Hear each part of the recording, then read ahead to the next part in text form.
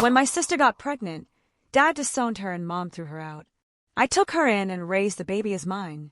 3 years later, my parents returned and froze when they uncovered the truth. You know how sometimes life just happens?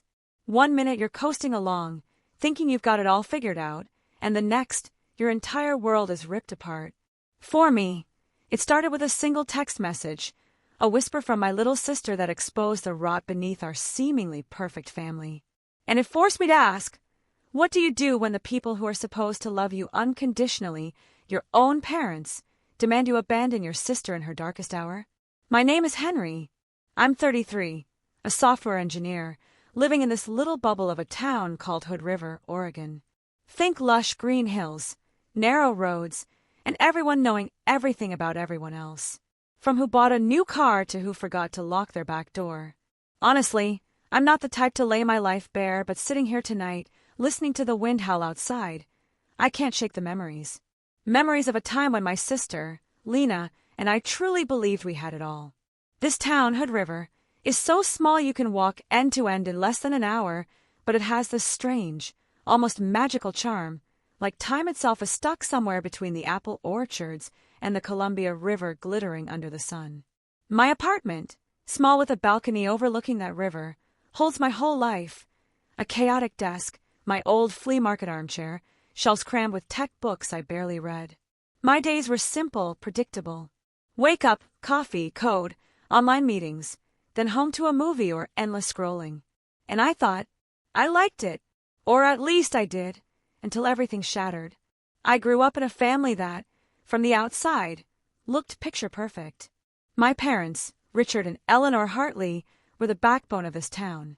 Dad, an accountant, always in crisp suits, his voice a deep, unyielding stone. Mom, a high school literature teacher, could inspire a stadium with Shakespeare, but at home, she was all strict rules and an obsession with family honor. Hugs. I love yous. Those were extravagant luxuries we never saw. Love in our house was shown through punctual dinners, homework reminders, and unbreakable laws. No talking back. No making neighbors gossip. And above all, never bring shame to the Hartley name. As the eldest, I felt the invisible weight of their expectations crushing me. Get straight A's. Play football. Go to a good college. Land a stable job. I wasn't a genius, but I was a workhorse, and I knew how to make them proud. But the real light in that house wasn't my parents. It was Lena, my little sister, 5 years younger than me. I still vividly remember Mom bringing her home from the hospital, tiny, with huge, round eyes and a shock of golden blonde hair. I watched, hidden in the living room corner, as Mom and Dad shared a rare, genuine smile. That smile, I barely saw it again after that day. Lena grew up like a gentle breeze, kind, soft-spoken, but with a quiet strength I only truly appreciated later. She was my constant. She always listened, always knew how to make me laugh, even after Dad had just torn into me for breaking a window or getting a C in chemistry. I taught her to ride her bike, how to craft kites from old newspapers, how to hide in the backyard when Mom was in a mood. We were a team, unbreakable. But beneath that shiny surface, our family was crumbling.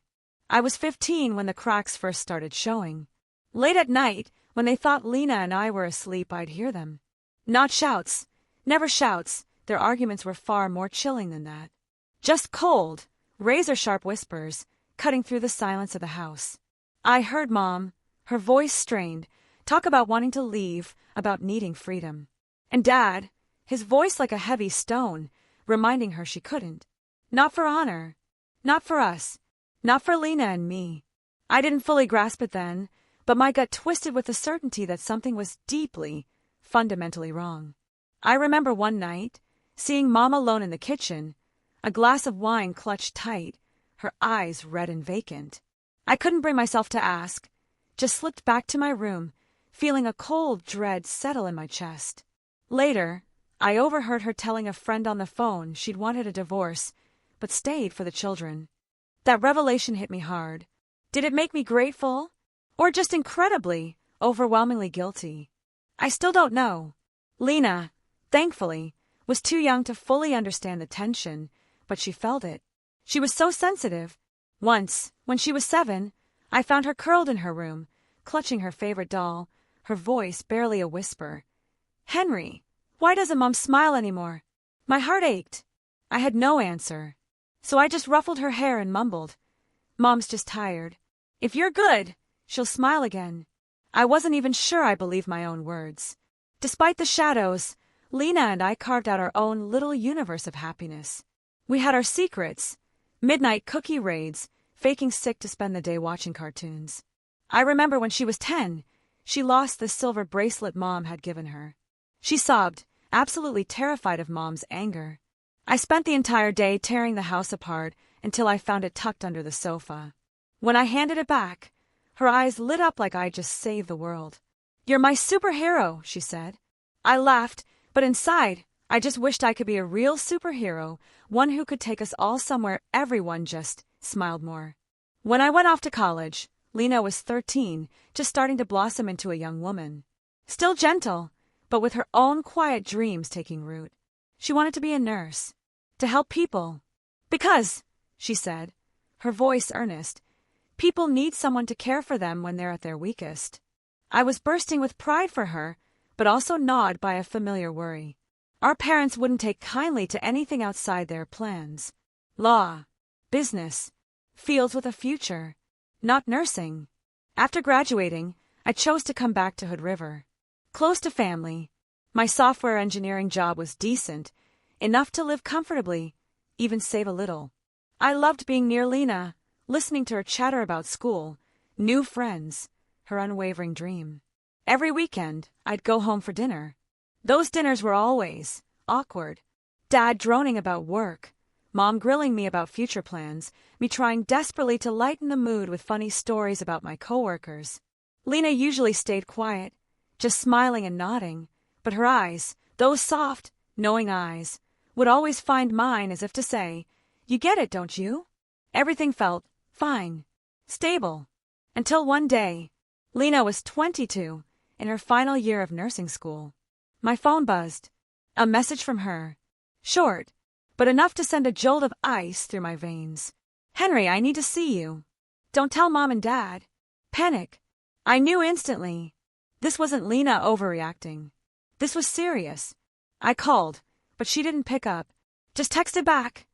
"Tonight, the coffee shop on Maple Street." Okay. That evening, I sat in the coffee shop, a latte growing cold in my hand, my heart hammering against my ribs. The dim streetlights cast a hazy glow on the wet sidewalk after the rain, reflecting faint streaks of yellow. "Don't tell Mom and Dad." Those words echoed in my head, like a broken record. The door jingled, and Lena walked in. She wore an oversized wool coat, her blonde hair pulled back, but her eyes were swollen, raw, as if she'd been crying for days. She sat across from me, her hands clasped so tightly her knuckles were white, avoiding my gaze. I wanted to scream, to demand answers, but I knew Lena. She needed time. The air between us was heavy, broken only by the soft acoustic music and the distant murmur of other customers. "Lena," I managed, my voice a forced calm. "Are you okay? What's going on?" She bit her lip, blinking rapidly, fighting back tears. Then she looked up, her voice trembling, almost a whisper. "Henry, I'm pregnant." The world stopped. Everything. I just stared at her, desperate for any sign it was a joke, that she'd burst out laughing. But no. Her eyes were brimming, her lips pressed into a thin, tight line. It was true. My throat closed up. I wanted to say something, anything, but nothing came out. I just sat there, gripping that cold coffee cup like it was the only thing keeping me from spiraling into total panic. How far along?" I finally rasped, my voice sounding like I'd just run a marathon. I tried to stay calm, but my mind was a raging storm. "Lena, pregnant. My little sister, the girl who used to sneak cookies with me. Now she was going to be a mother." Lena looked down, her hands twisting. 5 months, she whispered, so softly I had to lean in to hear. "I don't know what to do, Henry. I'm scared. 5 months. 5 months." My voice was louder than I intended. I wasn't a pregnancy expert, but 5 months wasn't something you just discovered. "Lena, why? Why did you keep it a secret for so long? Why didn't you tell me sooner?" Tears streamed down her cheeks. I was too scared. I thought I could handle it alone, but then it all became too much. Jared, Her voice broke, and she buried her face in her hands, her shoulders shaking with sobs. Jared. I frowned, the name clicking into place. Jared Thompson. Tall, blonde, confident, always talking about big finance plans. I'd met him once dropping Lena off at her dorm. Something about his eyes. I hadn't liked it. What about Jared? Does he know? Lena nodded slowly, each movement painful. I told him 2 months ago. At first, he said he'd stay, that we'd figure it out. But then, he just disappeared.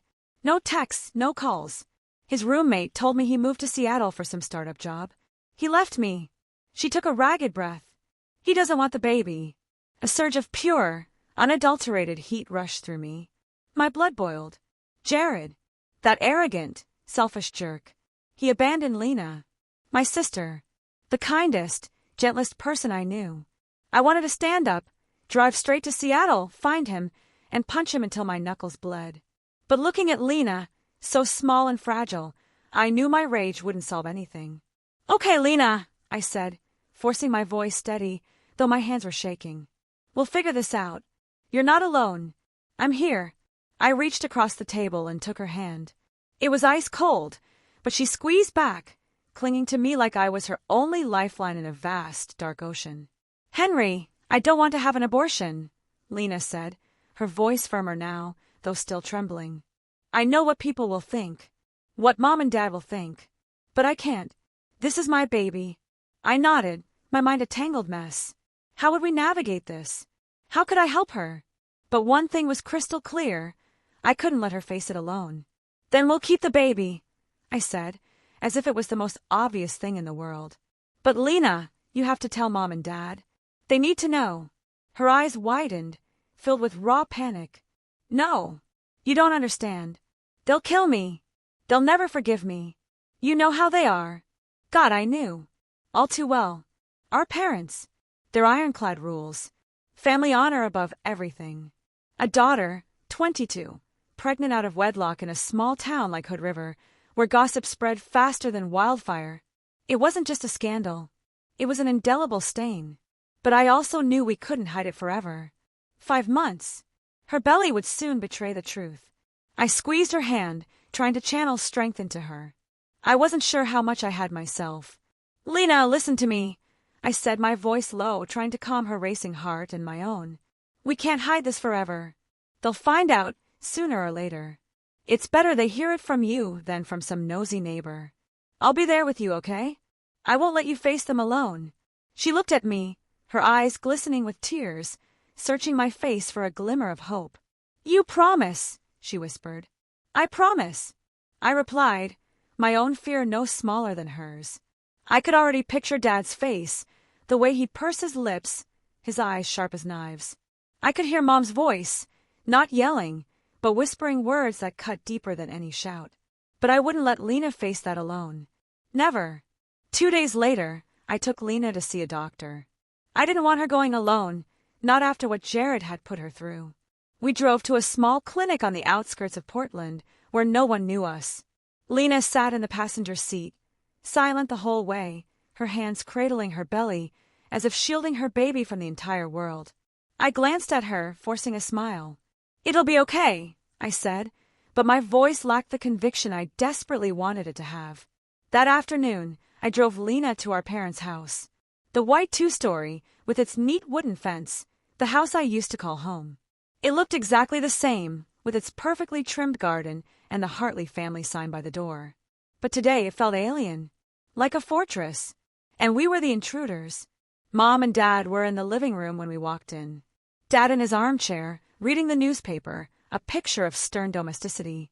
Mom was wiping down the dining table, her movements slow, deliberate as always. They looked up, a flicker of surprise in their eyes at seeing both of us. Henry, Lena, what's this about, both of you showing up like this?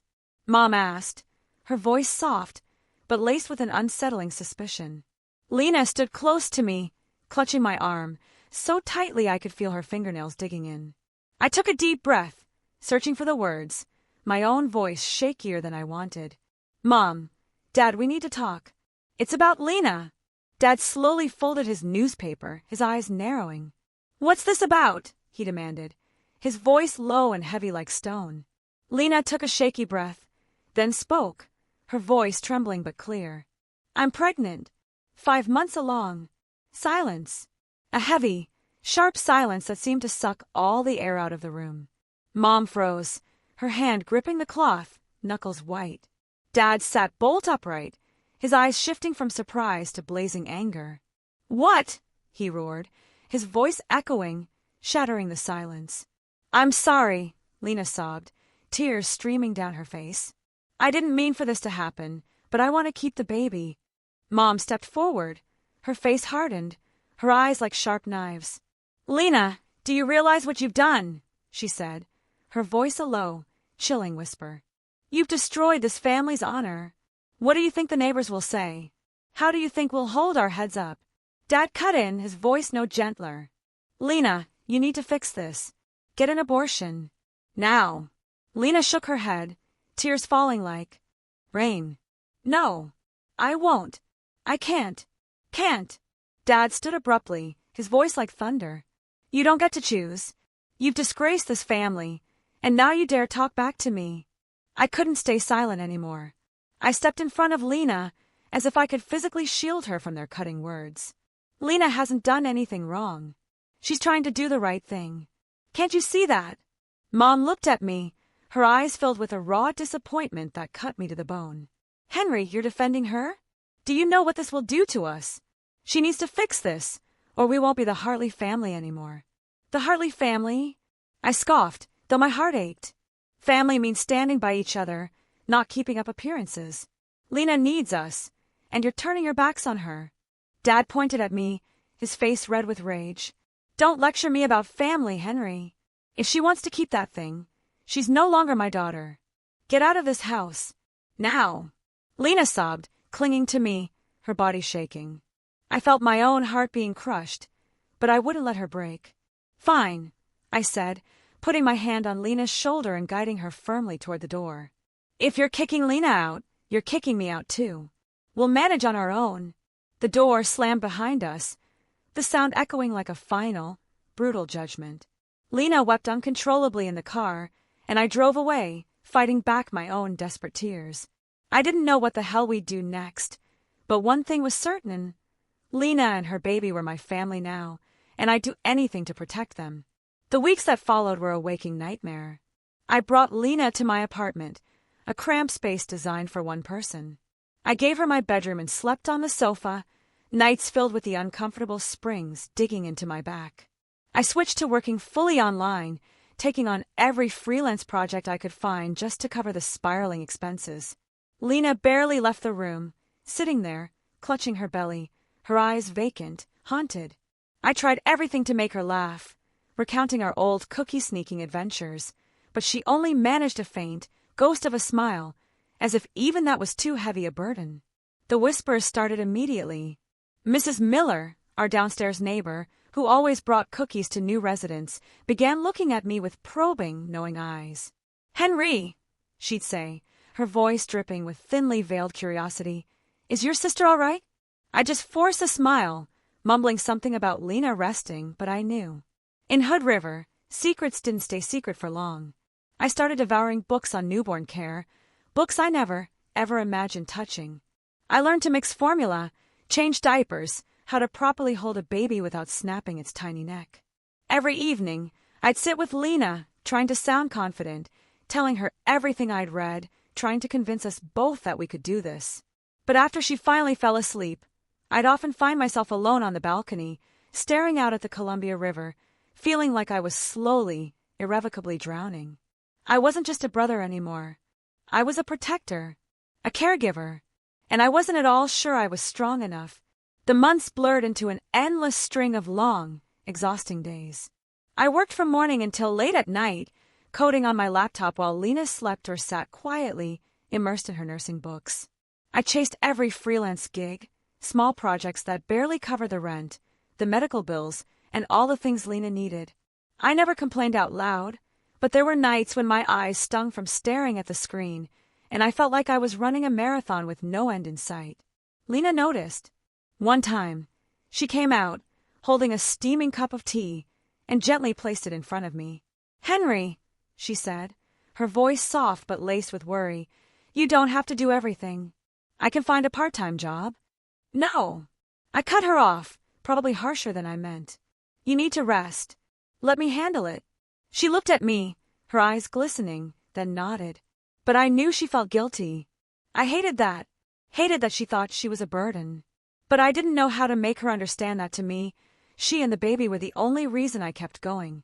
The community around us certainly didn't make things easier. News in Hood River travels like wildfire. I started noticing the prying looks at the grocery store, the hushed whispers behind my back when I bought coffee. "That's the brother of the girl who's pregnant out of wedlock," I overheard someone say once, their voice a sickening mix of curiosity and judgment. I pretended not to hear, but each word was like a tiny knife, chipping away at my pride. I didn't care what they thought of me, but when they looked at Lena, when she pushed a cart in the supermarket, her pregnant belly clearly visible beneath her sweater, I saw the way they turned away, as if she were something shameful. I wanted to scream at them, to tell them they knew nothing about her, about us. But I just clenched my fists, stayed silent, and held Lena's hand tighter. Lena felt it too. She went out less and less, preferring to stay in the apartment with the windows drawn. "I don't want them to look at me like that," she confessed once, when I asked why she didn't want to come for a walk. "I don't want them to think I'm a mistake." I hugged her, trying to tell her she wasn't a mistake, that she was the strongest person I knew. But my words, I feared, weren't enough to erase the pain in her eyes. Not everyone turned their backs, though. Mrs. Miller, our downstairs neighbor, started showing up with containers of homemade food. Pumpkin soup, freshly baked bread, sometimes a plate of cookies. "The girl needs to eat properly," she'd say, winking at Lena. For the first time in what felt like forever, Lena smiled. A real smile. And I felt a tiny flicker of hope. Maybe the whole world wasn't against us. When Lena reached her 8th month, everything became intensely real. I took her to every checkup. The doctor said the baby was developing well, but Lena was showing signs of extreme fatigue and needed more rest. I tried to make things easier, cooking simple meals, buying extra pillows, even learning how to massage her swollen feet. But Lena grew more anxious. "Henry, what if I can't do it? What if I'm not a good mother?" she asked one night, as we sat on the sofa watching an old movie neither of us was truly focused on. "You'll be a wonderful mother," I said, taking her hand. "You already love this baby, even before it's born. That's what matters most." She smiled, but I knew she was still terrified. And I was scared, too, but I didn't dare say it. I was terrified I wouldn't be strong enough, that I'd fail Lena, the baby, and myself. The day Lena went into labor came unexpectedly, on a rainy October morning. I was deep in code when I heard her call from the bedroom, her voice panicked. "Henry, I think it's time." I nearly dropped my laptop, my heart pounding as I rushed in. Lena was sitting on the bed, her face pale, clutching her belly. "It hurts," she whispered. The next few minutes were a blur. I helped her to the car, drove like a maniac to the hospital, trying desperately to stay calm while she breathed heavily, gripping my hand so tight it hurt. "I'm here," I kept repeating, like a mantra, though I was trembling myself. At the hospital, nurses whisked Lena away to the delivery room.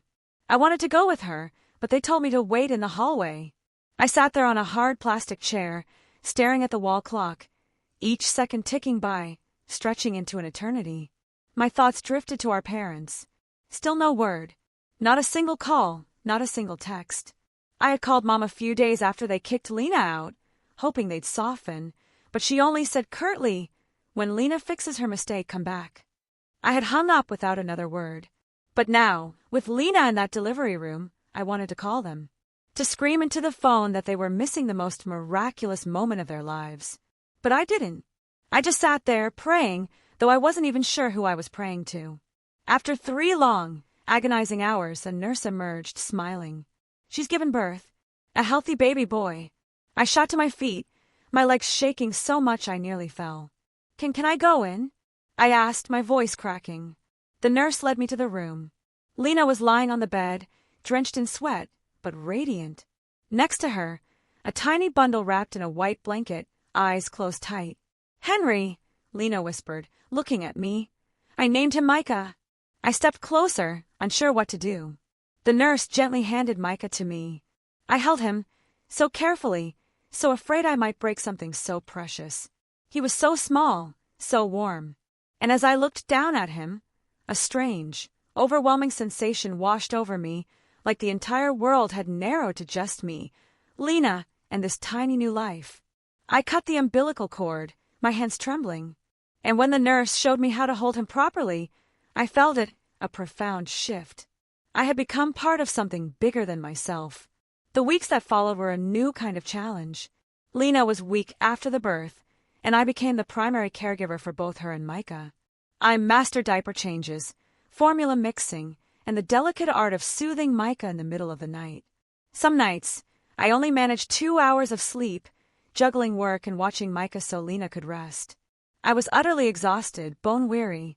But every time I saw Micah sleeping, his tiny hands clenched into perfect fists, I knew it was all worth it. Slowly, Lena recovered.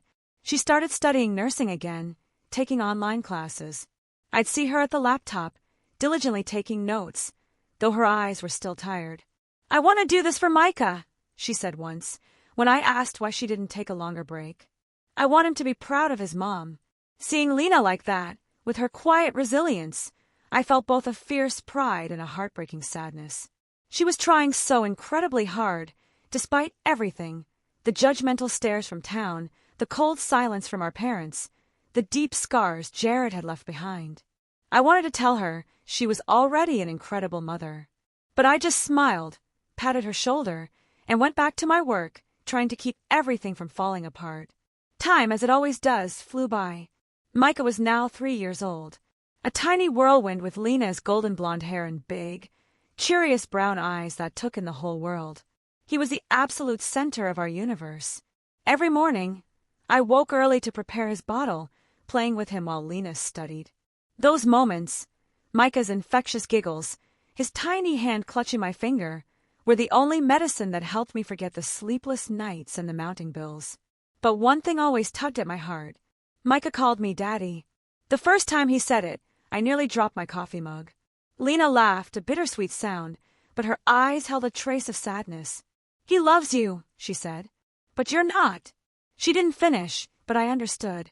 I wasn't Micah's father, even though I'd done everything a father would. Our life, though difficult, had slowly stabilized. Lena studied diligently, her resolve inspiring. I continued working online, and our neighbors, especially Mrs. Miller, became unexpected allies. She'd often bring over old toys or a plate of cookies, always with a quiet, "For the little one, Henry, you're doing great." Those small words kept me going. But deep down, I still felt a raw, persistent void. Our parents hadn't reached out. I tried visiting them once, when Micah was 1, foolishly hoping the sight of their grandson would soften their hearts. But Dad just stood at the gate, his face like granite, coldly saying, "Get out of my sight. He's not a Hartley." I drove back, gripping the steering wheel, fighting back tears. Then, one evening, everything changed again. I was on the sofa, checking work emails, while Lena fed Micah in the kitchen. My phone buzzed. A new email. I glanced at it, expecting another project, but the name. Jared. It hit me like a physical punch to the chest. 3 years. 3 years since he abandoned Lena, leaving her alone, 5 months pregnant. I stared at the screen, my heart hammering. I wanted to delete it, to pretend it didn't exist, but a part of me, curiosity, or maybe just pure, unadulterated anger, made me click. "Henry," the email began. "I know you probably don't want to hear from me. I don't blame you, but I need to talk to Lena. I want to see her and my son. I was wrong, and I want to make it right. Please give me a chance." Blood rushed to my head. A chance. He thought he had the right to ask for a chance after what he did? I stood up, pacing the living room, trying desperately to suppress the burning rage. Lena came out from the kitchen, wiping her hands on her apron, her eyes worried. "Henry, what's wrong? You look like you've seen a ghost." I hesitated, unsure how to tell her, but Lena wasn't a child anymore. She deserved the truth. "Jared sent an email," I said, my voice dry, brittle. "He wants to see you and Micah." Lena froze, her face paling. She slowly sat down, her hands trembling. "What did he say?" she asked, her voice barely a whisper. I handed her the phone, letting her read it herself. Lena scanned the email, her lips pressed tight, her eyes glistening. "He has no right," she said, but her voice wavered. "After everything, he has no right to come back." "Exactly," I replied, my tone harsher than I intended. "He abandoned you, Lena. He doesn't deserve to be Micah's father. You don't have to see him." Then I saw it, a flicker of hesitation in her eyes. She looked out the window, where the streetlights cast a glow on the wet sidewalk. "But maybe Micah needs to know who his father is," she said, after a moment of agonizing thought. Her words felt like a slap. Micah needed to know his father.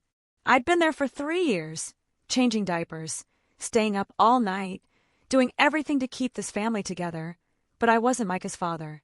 And though I hated to admit it, Lena's words stung. "Are you sure?" I asked, trying to keep my voice steady, but it was a struggle. "He hurt you, Lena. Who's to say he won't do it again?" She shook her head, tears streaming down her cheeks. "I don't know, Henry, but I have to think about Micah. If Jared is truly sorry, maybe he deserves a chance to know his father." A few days later, I reluctantly agreed to let Lena respond to Jared's email. I didn't want to, but I couldn't force her hand. Lena wrote a short, polite, but unmistakably cold message, agreeing to meet Jared at a coffee shop in Portland, a neutral place, far from Hood River's prying eyes and whispering tongues. I insisted on going. With her. Not because I wanted to see Jared, but because I didn't trust him. Lena agreed, but I saw the deep uncertainty in her eyes, as if she were caught between two impossible worlds. On the day of the meeting, I drove Lena to Portland, leaving Micah with Mrs. Miller.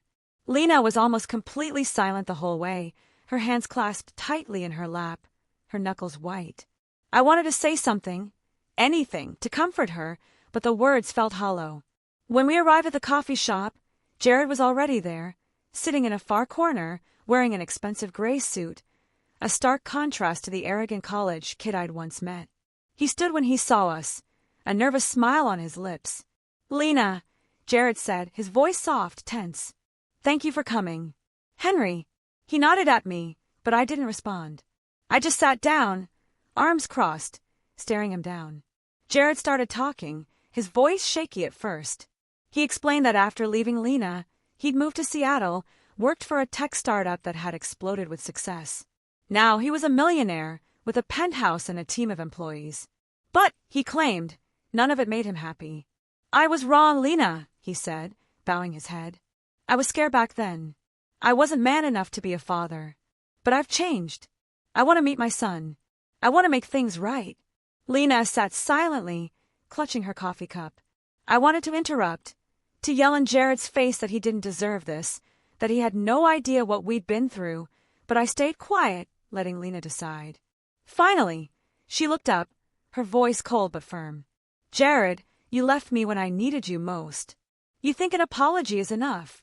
Jared knelt down, right there in the middle of the coffee shop, drawing glances from a few curious customers. "I don't expect you to forgive me right away," he said, his voice earnest. "But I want to prove myself.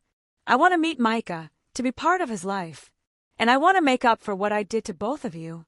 He looked at me, as if seeking my approval. My blood boiled.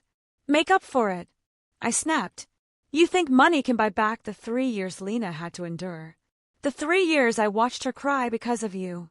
"Henry," Lena said, placing a hand on my arm, her voice soft but firm. "Let me handle this." I clenched my jaw and looked away. Jared kept talking, promising to provide for Micah, to secure his future. He even said he'd hired a lawyer to set up a trust fund. Lena listened, her face unreadable, but I could see she was torn. She wasn't the naive girl who'd once loved Jared, but she was a mother, and I knew she was thinking about what was best for Micah. In the weeks that followed, Lena met Jared a few more times, always in Portland, and I always went along. Jared was patient, bringing gifts for Micah, a teddy bear, a toy car. But I noticed how Micah still clung to me, calling me Daddy, and it broke my heart a little more each time. Jared tried to connect with Micah, but the boy was too young to understand. Once, When Jared tried to hold him, Micah cried and ran straight to me. I saw Jared's eyes darken, but he said nothing. Lena was wavering. "Henry, I don't know what to do," she said one night, after Micah was asleep. "Jared says he wants to be a father. He has money. He can give Micah a better life." Her voice dropped. "But I don't know if I can trust him. And I don't want to lose you." "You won't lose me," I said, taking her hand. "But you have to decide what's best for Micah. Not for Jared, not for me, but for your son." She nodded, but I could see the painful conflict in her eyes. I was conflicted too. I'd spent 3 years being Micah's father, but now Jared was back, with money and promises. I was terrified of losing Micah, of losing Lena, but I knew I couldn't be selfish. I had to think of them. The days that followed were a blur of internal turmoil. Every time I saw Micah running around the apartment, grabbing my hand and calling me Daddy, my heart twisted with a strange ache. I knew Lena was seriously considering Jared's offer. And though I hated to admit it, I understood why she wavered. Jared didn't just return with an apology. He brought a future. He talked about a trust fund for Micah, about providing for Lena, and above all, about wanting to truly be a father. I could hate Jared for what he did, but I couldn't deny that he could give Micah things I never could. A stable, comfortable life, free from worrying about bills or my sleepless nights from overwork. One afternoon, coming home from work, Lena called me into the living room. She was sitting on the sofa, Micah dozing peacefully on her lap, while Jared stood in the corner, hands in his pockets, looking tense but determined. "Henry," Lena began, her voice soft but firm, "Jared has something to say to both of us." I sat down, arms crossed, trying to keep my breathing even. Jared cleared his throat, stepped forward, and placed a stack of documents on the coffee table. "Henry, Lena," he said, his voice steady but clear. "I know I can't undo the damage I've caused, but I want to start making things right. I've bought a house in Hood River, right by the Columbia River. It's worth over $1 million. I want to give it to the 3 of you. Lena, Micah, and you, Henry. It's a place where Micah can grow up, where Lena can study and work, and where you, Henry, won't have to worry about rent anymore." I was stunned, speechless. A house, $1 million. I looked at Lena, seeing she was just as shocked as I was. "Jared, are you serious?" she asked, her voice trembling. He nodded, pulling a set of keys from his pocket. "I've signed the papers. The house is yours. I just want to do the right thing." I wanted to refuse, to say we didn't need his money, that we'd managed fine without him for 3 years. But I looked at Lena, at Micah, sleeping peacefully on her lap, and I knew I couldn't let my pride stand in the way of their future. "Thank you," I said, my voice dry. "But this doesn't change what you did." Jared nodded, as if he expected my reaction. "I know, but there's one more thing." He turned to Lena, his eyes softening. "Lena, I want us to start over. If you'll have me, I want to marry you. A proper wedding. To give you respectability. To give Micah a complete family. I promise to spend my life making it up to you." Lena sat silently, her hand gently stroking Micah's hair. I could see her struggling, torn between the raw pain of the past and the glimmer of hope for the future. I wanted to shout, to tell her Jared couldn't be trusted, that he might abandon her again. But I said nothing. This was Lena's life, Micah's life, and I couldn't decide for her. After many nights of agonizing reflection, Lena called me out to the balcony, our quiet sanctuary overlooking the Columbia River. "Henry," she said, her voice soft but resolute, "I've made my decision. I'm going to forgive Jared, not because I still love him, but because of Micah. He deserves a family, a future. Jared can give Micah things you and I can't." I nodded, though my heart felt like it was being crushed, pulverized into dust. "Are you sure?" I asked, trying desperately to keep my voice steady. "He hurt you once. How do you know he won't do it again?" "I don't," Lena admitted, her eyes glistening. "But I have to try. For Micah. And you, Henry. You'll always be the most important person to me and my son. No one can ever replace you." I hugged Lena fiercely, hiding my own tears against her shoulder. I knew she was right. Micah needed a family, a father, even if that father wasn't me. But knowing that didn't ease the gut-wrenching pain. I'd spent 3 years being Micah's daddy, and now I had to learn to let go. Lena and Jared's wedding was held at a luxurious hotel in Portland, adorned with white flowers and twinkling lights. Lena wore a breathtaking white gown, her golden hair intricately braided, looking like a princess from a storybook. Micah, in a tiny suit, ran around the reception hall, giggling joyfully when I scooped him up. I was the best man, standing beside Lena, smiling through a heart that was silently breaking into a million pieces. Jared, in his impeccable tuxedo, looked like a man transformed, but a part of me still couldn't fully trust him. I scanned the reception hall, desperately hoping to see my parents, even in the back row. But they didn't come. I'd sent them an invitation, with a short, heartfelt letter, telling them Lena was starting a new life, that they could meet their grandson. No response. I guess they still felt too much guilt, or perhaps they simply clung to their pride like a life raft. Whatever the reason, their absence hurt more than I expected. After the wedding, Lena, Jared, and Micah moved to Seattle, to Jared's penthouse overlooking Puget Sound. I helped them pack, trying not to let Micah see the profound sadness in my eyes. When he hugged me goodbye and said, "Daddy, I'll see you soon, right?" I just nodded, afraid to speak, terrified my voice would crack and betray the agony I felt. I moved into the new house Jared gave us, a spacious 2-story home by the Columbia River with a beautiful garden and huge windows facing the green hills. It was more beautiful than anywhere I'd ever lived, but it felt utterly, profoundly empty. No more of Micah's laughter echoing through the rooms. No more late-night talks with Lena on the sofa. I kept working, kept coding, but every evening, sitting alone in that large, silent living room, I felt like a crucial part of me was missing. A month after the wedding, on a rainy evening, the doorbell rang. I was surprised. Few people ever visited at that hour. When I opened the door, I froze. My parents stood there, under the dim glow of the porch light. Mom, her silver hair plastered wet to her forehead, looked at me with red, weary eyes, filled with an emotion I'd never, ever seen in her regret. Dad stood beside her, shoulders slumped. His stern, unyielding face now looked as if it had aged a decade. "Henry," Mom said, her voice trembling, almost drowned out by the rain. Can we come in?" I just nodded, speechless, my throat tight. I led them into the living room, where the warm yellow light illuminated the bare walls, highlighting the stark stillness of the house. They sat on the sofa, Mom clutching Dad's hand, their fingers intertwined, as if she were drawing courage from him. I sat across from them, gripping the armrests, my heart pounding in my chest. 4 years, I'd replayed this moment in my head, the day my parents would finally face what they'd done. But now that it was happening, I didn't know how to feel. Mom took a deep, shaky breath, her eyes glistening. "We were wrong, Henry," she began, her voice breaking. "We were too harsh, too cold. We pushed Lena away. And you too. We thought we were protecting the family's honor, but we lost our family. I'm sorry." A single tear rolled down her cheek, and she bowed her head, unable to meet my eyes. Dad, always the stoic, iron-willed one, looked strangely small, diminished. He nodded, his voice hoarse, each word a struggle. "We read your letter about Lena's wedding. We wanted to come, to see her, to meet our grandson, but we didn't dare. We were afraid Lena wouldn't forgive us, that you wouldn't want to see us after what we did." He paused, gripping Mom's hand, and I saw his eyes redden.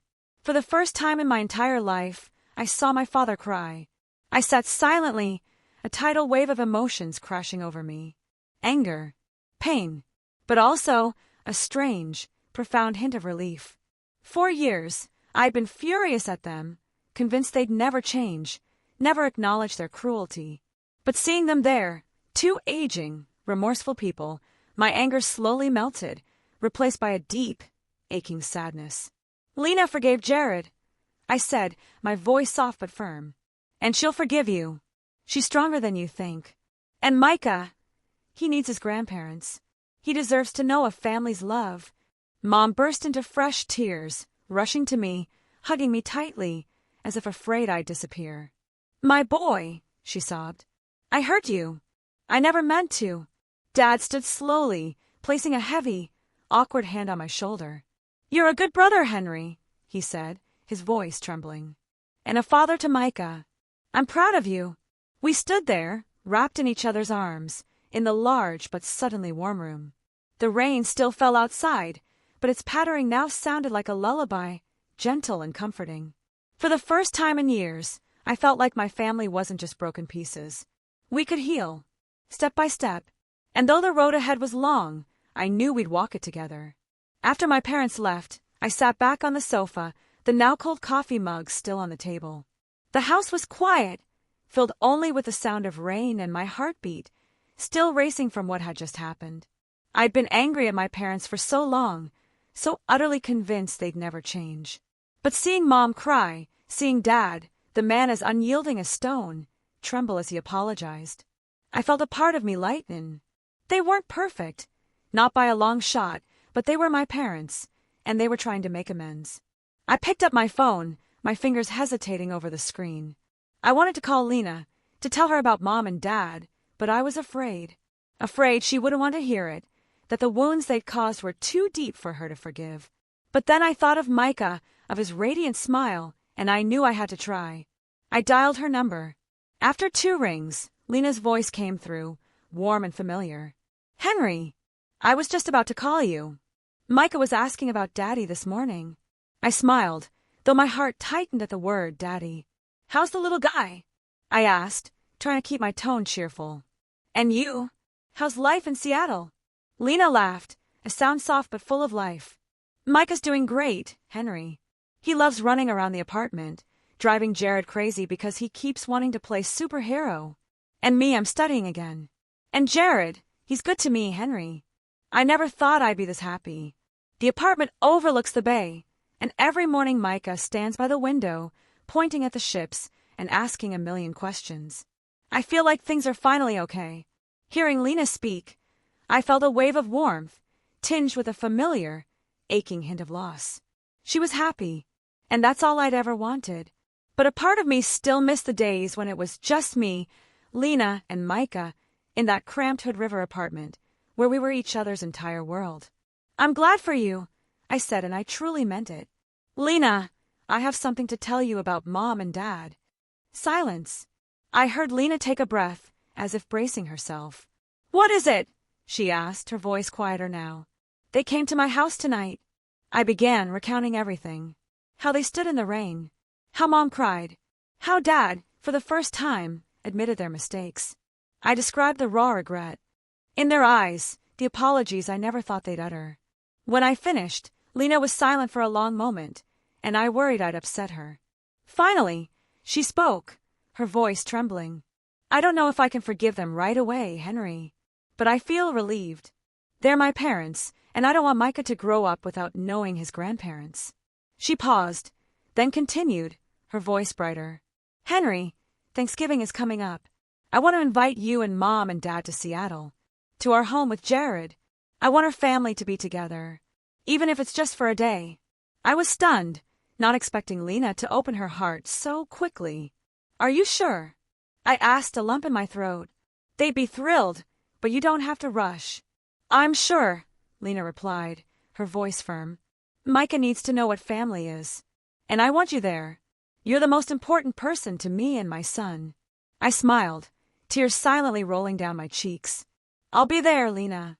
And I'll bring Mom and Dad." In the weeks leading up to Thanksgiving, I reconnected with my parents. I visited their house for the first time since they'd kicked Lena out. The house was the same, white fence, neatly trimmed garden, but this time it felt warmer. Mom made tea. Dad sat across from me, and we talked. Not just about Lena, but about the years gone by, about things we'd never said. "You did well, Henry," Dad said once, his eyes holding a pride I rarely, if ever, saw. "You held this family together." When Thanksgiving finally arrived, I drove Mom and Dad to Seattle. They were quiet the whole way, Mom holding Dad's hand, Dad staring out the window, as if preparing for something monumental. I was nervous, too, unsure how Lena would truly react, or how Micah would respond to meeting his grandparents for the very first time. Lena and Jared's apartment was on the top floor of a luxurious building, with huge windows overlooking the shimmering Puget Sound. When we walked in, The smell of roasted turkey and pumpkin pie filled the air, mingling with Micah's excited laughter. He immediately ran to me, shouting, "Daddy," before noticing my parents. Lena came out of the kitchen, wearing a simple green dress, but glowing. Jared was beside her, holding a bottle of wine, a slightly awkward smile on his face. "Hello, Mom." "Dad," Lena said, her voice soft but slightly trembling. She stepped forward, hugging Mom first, then Dad. Mom burst into tears, immediately holding Lena tightly, whispering apologies. Dad stood still, rigid at first, but when Lena hugged him, I saw his shoulders tremble. "I'm sorry," Mom sobbed. "I was wrong to push you away." "It's over, Mom," Lena said, smiling through her own tears. "We're here now. For Micah. For family." Micah, curious but shy, stood behind my leg, peering at his grandparents with wide, inquisitive eyes. Mom knelt down, opening her arms. "Hello, Micah," she said, her voice choked with emotion. "I'm your grandma." Micah hesitated, then, with a burst of courage, ran to her, hugging her, and the room seemed to light up with his pure, innocent laughter. The Thanksgiving dinner was a picture of perfection. We sat around the table, laden with turkey, mashed potatoes, and pumpkin pie. Jared talked about his work, trying to ease any lingering tension, while Lena shared stories about her studies and her dream of finally becoming a nurse. My parents listened, nodding occasionally, and I saw them smile, genuine and forced smiles. Micah sat between Lena and me, happily eating and chattering about a ship he'd seen in the bay, making the whole table laugh. As dinner ended, we gathered around the fireplace, its crackling flames warming the room. Lena took my hand, whispering, "Thank you, Henry. Without you, I don't know where I'd be." I squeezed her hand, saying nothing, because words simply couldn't capture what I felt. My parents stayed an extra day, playing with Micah, talking with Lena, and for the first time, I truly saw them as real grandparents. As they prepared to leave, Mom hugged me, saying, "You gave us a second chance, Henry. We'll never forget that." Dad just nodded, but his firm pat on my shoulder said everything. Back in Hood River, I sat on the balcony of the new house, watching the Columbia River glimmer under the moonlight. Our story wasn't perfect. It was messy, with its cracks, its tears, and its hard-won smiles. But it was ours. Lena and Micah were happy. My parents were back in our lives, and I, though still quiet, still healing, knew I'd done the most important thing. I kept our family together.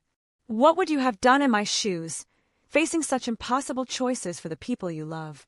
Have you ever had to choose between family honor and raw, unconditional love? Tell me what you think in the comments below. I really want to know.